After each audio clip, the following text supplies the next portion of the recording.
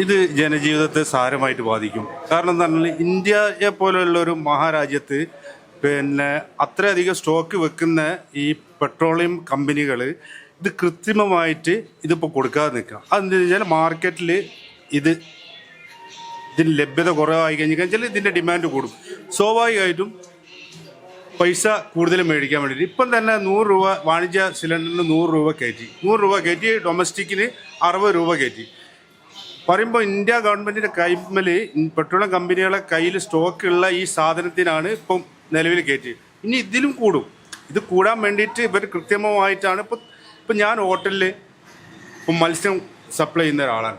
അപ്പോൾ എന്നോട് അപ്പോൾ നമ്മളൊരു ടൗണിലുള്ള ഹോട്ടലുകൾ ഒരു 4-5 ഹോട്ടലുകൾ പറഞ്ഞതെന്ന് വെച്ചാൽ ഇന്നത്തേക്കും പാടിയുള്ള കരുതലുള്ളൂ, ഗ്യാസ് കരുതലുള്ളൂ. പഴയമായിട്ടൊന്നല്ല. വിറകിൻ്റെ ക്ഷാമവും കാര്യങ്ങളും ഇതൊക്കെ ആയിട്ട് വിറകൊന്നും കിട്ടാനില്ല.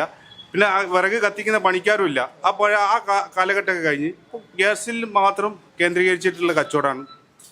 ഇന്നത്തോട് കൂടിയിട്ട് ടൗണിൽ തന്നെ ഒട്ടുമിക്ക ഒരുപാട് പകുതിയിലധികം ഹോട്ടലുകൾ ക്ലോസ് ചെയ്യുന്ന ഒരു അവസ്ഥയിലേക്ക് വരും. അത് ജനജീവിതത്തെ കാര്യമായിട്ട് തന്നെ ബാധിക്കും. ഇവർ പറയുന്നത് എന്തെന്ന് വെച്ചാൽ ഡൊമസ്റ്റിക് ആവശ്യങ്ങൾക്ക് കൂടുതൽ കൊടുക്കാൻ വേണ്ടിയിട്ടാണെന്ന് പറയുന്നത് എങ്കിൽ കൂടിയിട്ട് അത് ഒരു കാപട്യമായതാണ്.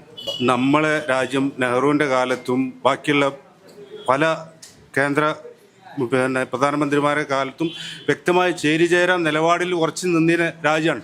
ഇത് ഇപ്പോൾ സാമ്രാജ്യത്വ ശക്തികൾക്ക് മൂളിക്കൊടുക്കുന്ന ഒരു ഭരണകൂടം ആണ് ഇപ്പം ഭരിക്കുന്നത്.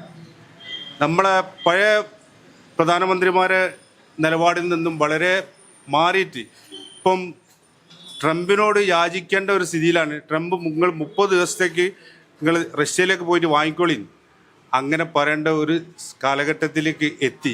അതെന്തുകൊണ്ടാണ്?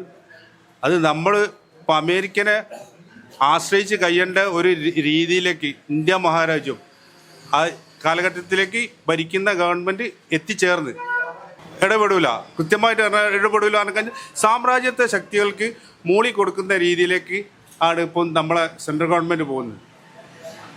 മുഖ്യമന്ത്രി കൃത്യമായിട്ട് നിലപാട് പറഞ്ഞല്ലോ.